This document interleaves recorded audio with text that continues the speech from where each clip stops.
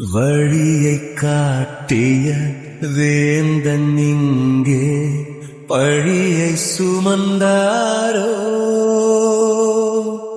பிறர குற்றவாளிகள் தீர்ப்பளிக்காதீங்க, உங்களையும் யாரும் தீர்க்க மாட்டாங்க.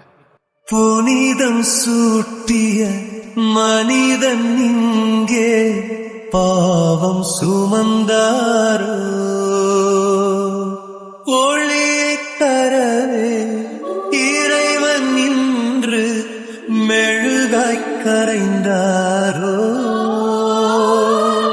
சுயத்தை வெறுத்து தந்தை பணியில் தன்னை இணைத்தாரோ.